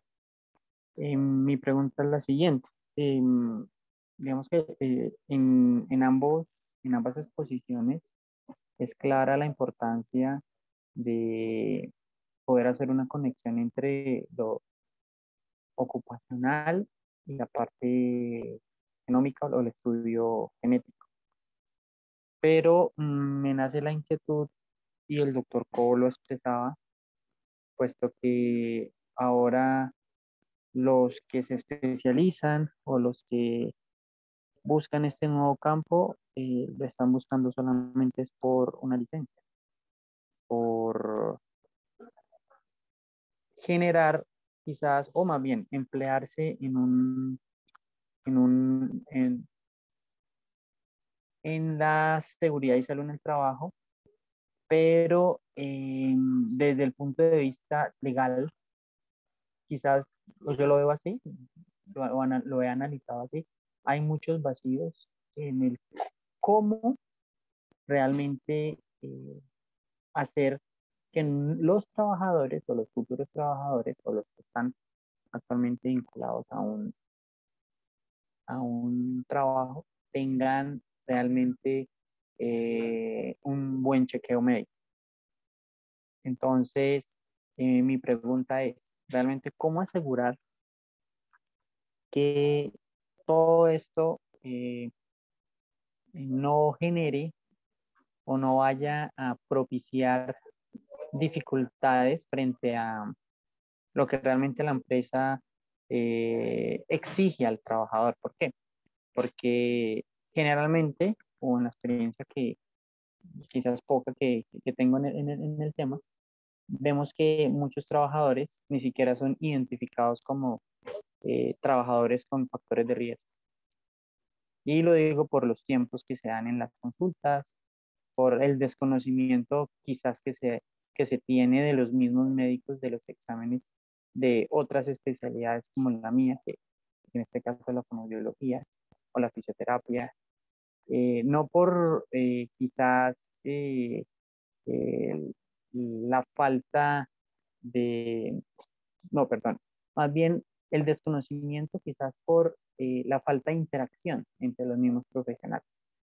Y entonces, y la última parte también es que quizás en las universidades no hay ese enfoque. Si usted va a hacer un examen ocupacional, hágalo así.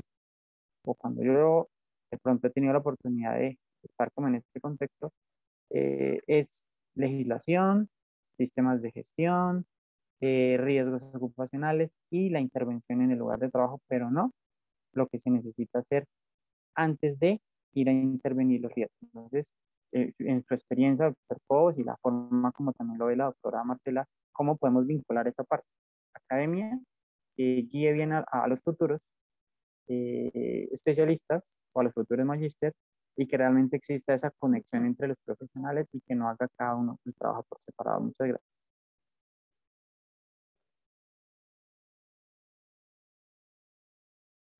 Profesor Cobo. Gracias, Marta. Bueno, muchas gracias por la intervención. Muy interesante la pregunta. Realmente en salud ocupacional nos tenemos que estar reinventando porque la tendencia al cambio es constante y cambia las condiciones en que los saludistas ocupacionales tenemos que trabajar. La formación de los médicos ocupacionales se enfoca desde diferentes puntos de vista y yo no podría criticar la formación de una u otra institución. Lo que sí puedo criticar es la generación de las licencias, porque no se discrimina entre el médico ocupacional especialista, el médico ocupacional con maestría o el médico en gerencia ocupacional, que es el otro título que existe en el mercado. Y se le da una licencia en medicina del trabajo, medicina ocupacional o medicina de seguridad y salud en el trabajo a todos por igual. Yo pienso que es necesario que cambie la estructura desde el punto de vista de las licencias, pero también es necesario que desde la academia empecemos a buscar espacios donde podamos tener mayor conocimiento y mayor aplicabilidad de áreas de la salud ocupacional que hoy en día no tenemos. La Escuela de Salud Pública de la Universidad de se llama Escuela de Salud Pública y Medicina Preventiva. Y es una pelea que venimos dando muchísimos docentes en que, bueno, ¿dónde vamos a meter la parte de medicina preventiva? Porque la otra parte de la moneda es el tiempo que tenemos para poder formar los especialistas y los máster en salud ocupacional. El médico ocupacional tiene que ser mucho más integral y en mi criterio debe ser mucho más clínico. Pero los médicos ocupacionales que hacemos clínica somos unos bichos raros, igual que los saludistas públicos que hacen clínica. Si uno ve los currículos de medicina preventiva y de medicina ocupacional de enlace en la Unión Europea, uno ve que la base es la salud pública y la salud ocupacional. Hay un módulo muy fuerte de salud pública, hay un módulo muy fuerte de salud ocupacional y hay un módulo clínico que toma un año adicional. Es que la medicina preventiva en Europa es una especialidad de 4 años, pero de los cuales 2 años y medio se van en lo que formamos nosotros la gente en salud pública y en salud ocupacional.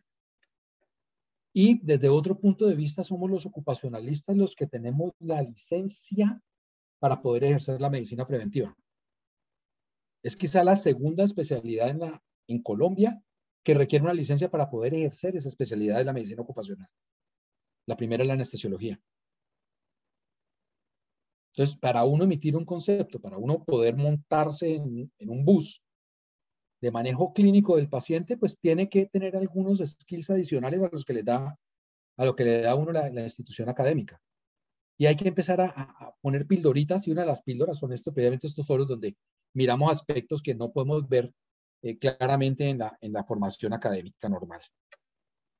Creo que este es un camino para empezar y un camino por recorrer, y está en la mano de todos los ocupacionalistas en empezar a incursionar en este tipo de cosas y formarnos en este tipo de subespecialidades o especialidades de segundo nivel que nos permitan interactuar de igual a igual con un cirujano, con un internista, con un psiquiatra, con un ginecólogo. Y como tesoro de la corona, podríamos decir, por ejemplo, que hoy en día en Colombia y a nivel latinoamericano no hay ninguna regulación, ninguna guía sobre el manejo de la mujer embarazada y la relación con el trabajo, por ejemplo. Entonces, los ginecólogos se ven en ascuas y terminan incapacitando a la señora al final de su embarazo. Porque aplican el dicho, si no se abstente, y me abstengo de mandarla a trabajar porque es el camino más fácil. Y eso implica que la señora deje ganar los turnos, se deja ganar los recargos, si hay un incentivo laboral ya no lo tiene. Hay un montón de condicionamientos, tanto económicos como científicos, que nos implican a movernos en esta dirección. Por eso, pues personalmente considero que esta es una de las áreas de la medicina ocupacional en que tenemos que hacer énfasis y tratar de sacarlo adelante. No sé si eso Gracias, responde a tu pregunta. Gracias, doctor Cole, por la intervención. El profesor Julio César Mateus, quien es el director, el coordinador de extensión de la Escuela de Salud Pública, pidió la palabra. Profesor, adelante.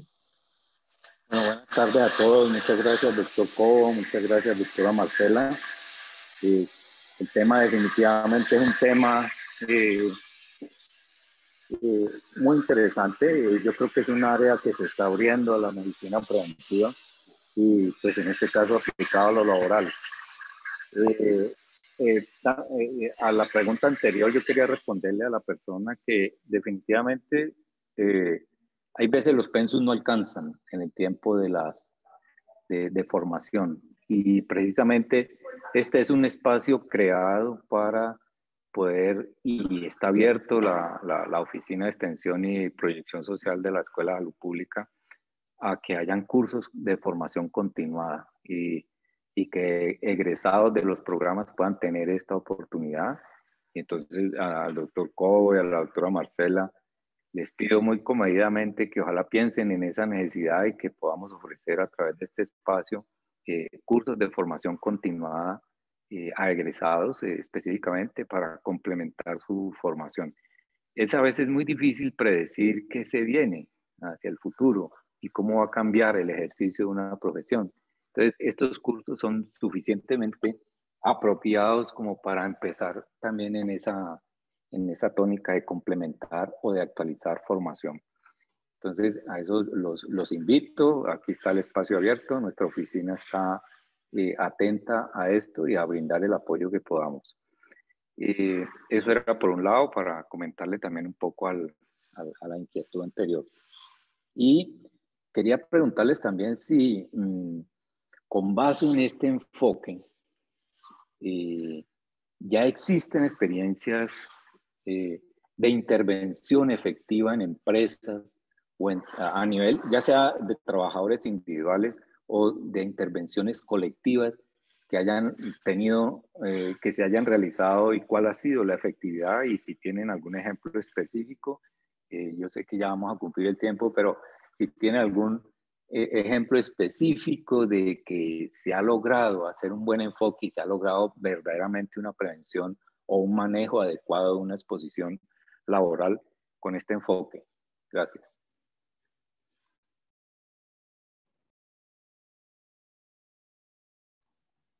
Profe Cobo. Listo, doctora Marta. Bueno, sí, doctor Julio César. Sí hay experiencias positivas. En lo personal, tengo una experiencia positiva que fue presentada al Ministerio de Salud, Ministerio del Trabajo, Instituto Nacional de Salud y las Escuelas de Salud Pública en Bogotá como una iniciativa para impulsar medicina preventiva en las empresas. Estas iniciativas han dado unos resultados positivos, pero requieren de una inversión inicial fuerte por parte de las empresas, porque la plata se recupera a través de control de ausentismo y de riesgos. Hay varias empresas, hay 3 empresas aquí en Cali que yo conozco que tienen programas de medicina preventiva instaurados. Pues no quisiera dar nombres aquí en el foro, pero son empresas que le han jugado a la prevención y que tienen indicadores de ausentismo muy por debajo de la mediana del sector manufacturero. O sea, indicadores que alcanzan al 50, al 60% del sector. Entonces, sí hay iniciativas. Me enorgullece que 2 de estas iniciativas son de egresados de la universidad, de la Maestría de Salud Ocupacional, y sí dan rendimientos y sí se puede hacer, pero requiere del compromiso tanto del médico ocupacional de las empresas como de la empresa misma, que esté dispuesta a jugarle y apostarle a la salud de los trabajadores, y es responsabilidad nuestra vender el cuento. Bueno, muchas gracias. Bueno, ya estamos para terminar. Por acá había una pregunta de Rodrigo Daza, quien pregunta si sabe el grado de interacción con el Ministerio de Trabajo o ha dicho algo o las ARLs con respecto a este tema No sé si se refiere a lo de medicina de enlace o a la parte genómica. Pensaría que es a lo de genómica, Marta. Ok. Doctora Perengues. Pues la verdad, que se hayan pronunciado, ¿no? Hace rato incluso le respondíamos por el chat, doctor, con una pregunta respecto a si está reglamentada en Colombia la aplicación de la genómica. Los acercamientos que se han hecho desde la parte que tiene que ver con genética, más que con medicina del trabajo, desafortunadamente, digamos que solamente se ha limitado a la parte de salud. Digamos que en salud, si en salud, desde el Ministerio de Salud, apenas este año, a finales de este año, del año pasado, logramos incluir unos estudios genómicos tumorales que no eran cubiertos por el sistema de salud, apenas se logró el año pasado, a finales del año pasado. La parte preventiva definitivamente no la contemplan todavía dentro de la inversión que se requeriría para mejorar la calidad de vida de los pacientes. Y finalmente lograr un reto, hacer entender que si invertimos en prevención, desde cualquier ámbito, prevención, definitivamente los costos asociados a la atención en salud van a ser mucho menores que si no hacemos esa inversión. Por ahí es donde se ha estado tratando de llegar hacia la parte del gobierno, mostrándoles esas estrategias preventivas que se pueden hacer, pero la verdad en salud es muy difícil. Desde el trabajo es las iniciativas que ya tienen diferentes empresas o diferentes clínicas. Inbanaco tiene en este momento una iniciativa en ese campo, pero en realidad directamente con el ministerio sé que han sido los alcances limitados, y más en lo que tiene que ver con genómica. Y la justificación que dan es el precio, ¿no? Precisamente el precio de los estudios. Siguen siendo muy altos y no ven como todavía no, para ellos no es tangible el beneficio de esta inversión. Ok, muchas gracias, doctora Marcela. Bueno, doctor Cobo, pienso que ya es momento de ir cerrando. Doctora Marcela, agradecemos muchísimo su participación. Ha sido un tema muy interesante, muy novedoso. Doctor Cobo, agradecemos también su participación, pero este es el momento en que le doy la palabra para que pues cerremos con las conclusiones de este tema, que es un chicle, es suyo, y por eso está aquí, porque siempre se ha preocupado, ¿cierto?, por esta parte de la salud ocupacional en lo que compete a la medicina preventiva. Y como les decía al inicio del foro, de nosotros lograr que un trabajador que ingresa sano a una empresa no se nos enferme, que no tengamos que tratar con enfermos, sino que mantengamos a ese trabajador que nos llegó con muy buena salud y que salga de la empresa igual, ¿no?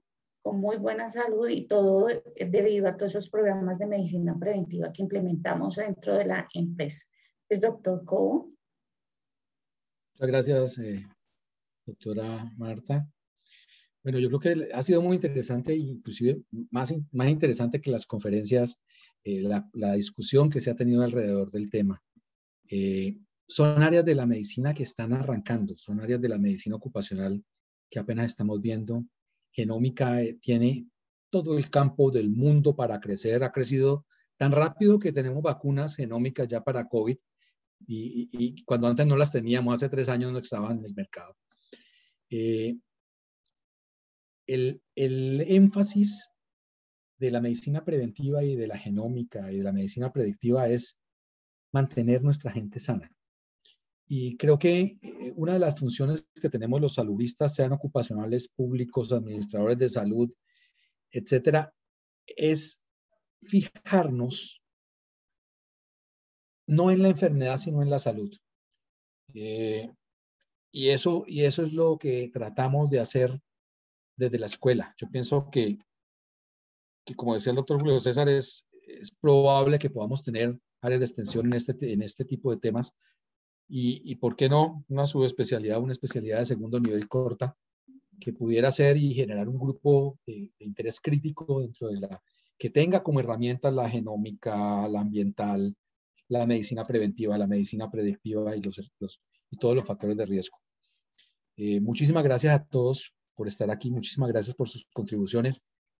Nos nutren cantidades como institución, como universidad y como personas.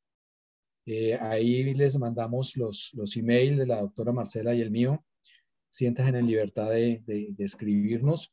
No tenemos la verdad revelada y hay muchas cosas todavía que quedan por hacer. Pero de ustedes y de nosotros es el camino que tenemos por delante. Muchísimas gracias a la universidad por la oportunidad de expresar aquí nuestras ideas. Doctora Marta, muchas gracias por la invitación. Y a ustedes por haber asistido y aguantarnos todas las locuras que tenemos en la cabeza. Mil gracias. Bueno, gracias, doctor Cobo. Muchísimas gracias a todos ustedes. En nombre de la Escuela de Salud Pública, de la Maestría de Salud Ocupacional, les damos las gracias por su asistencia y esperamos sigan participando en todos los eventos que se programan desde la escuela. Muchísimas gracias por su atención y por su presencia. A propósito de nuevos eventos, mañana de 10 a 12 del día vamos a hablar de cómo están regulándose las urgencias y la emergencia en Cali, en un evento que tenemos que se llama La Comunidad Pregunta. Entonces están todos cordialmente invitados. Muchas gracias. Gracias. Bueno, gracias a todos. Muy amables, que estén muy bien. Gracias, doctora Marcela. Gracias, Marta. Gracias a todos. Gracias a ustedes. Hasta luego.